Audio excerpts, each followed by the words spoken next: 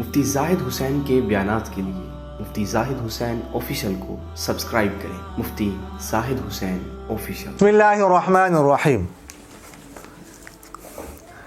فیصل آباد سے ارشد صاحب نے پوچھا ہے کہ مہر معجل اور مہر مؤجل میں کیا فرق ہے؟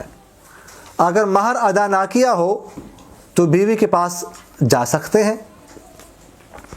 دیکھیے گا، مہر کی دو قسمیں ہیں، مہر معجل اور دوسری قسم مہر مؤجل۔ اسے مہر غیر معجل بھی کہتے ہیں اور مہر مؤجل حمزہ کے ساتھ ہی بھی کہتے ہیں۔ مہر معجل جو ہوتا ہے وہ نکاح کے فوراً بعد انسان کے ذمے میں واجب ہو جاتا ہے، وہ دینا پڑتا ہے، اور بیوی جو ہے وہ نکاح کے بعد اس کا مطالبہ کر سکتی ہے، مطالبہ کرے گی۔ اگر وہ ادا نہ کیا ہو تو بیوی شوہر کو اپنے پاس آنے سے روک سکتی ہے کہ جب تک آپ مہر ادا نہیں کریں گے میرے پاس نہیں آ سکتے، اسے حق حاصل ہے، شریعت نے دیا ہوا ہے۔ اور دوسری قسم مہر مؤجل یا مہر غیر معجل۔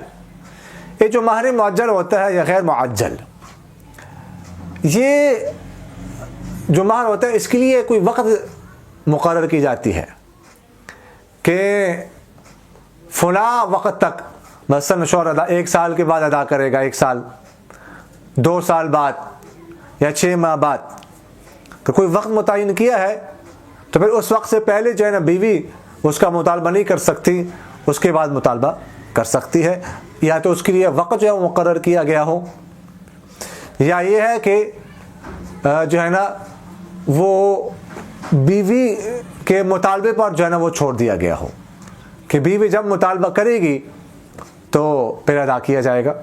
تو جب وہ اگر جو ہے نا مطالبے پر ہے تو پھر بیوی جب مطالبہ کرے گی جو ہے نا اسے وہ ادا کیا جائے گا۔ اگر کوئی وقت بھی مقرر نہیں ہے اور بیوی کے مطالبے پر بھی نہیں رکھا گیا تو اس صورت میں پھر یہ جو مہر ہوتا ہے یہ یا تو طلاق، اگر خدا نخواستہ طلاق ہو جائے تو اس صورت میں پھر ذمہ میں لازم ہو جاتا ہے، شوہر کو ادا کرنا پڑے گا، اور اگر موت واقع ہو جائے، مثال کے طور پر شوہر کی موت واقع ہو گئی، تب وہ جو ہے نا وہ بیوی کو ادا کرنا پڑے گا ان شوہر کی وراثت سے۔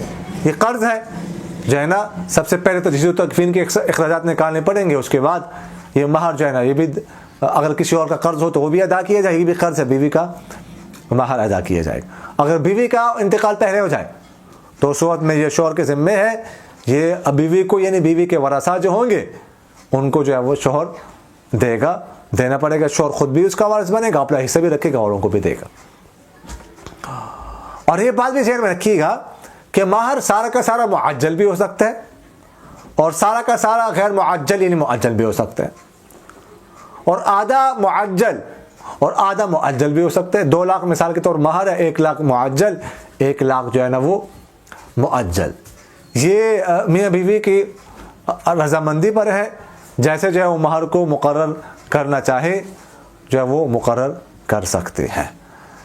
اقول قولی ھذا استغفر اللہ لی ولکم ولسائر المسلمین فاستغفروہ انہ هو الغفور الرحیم۔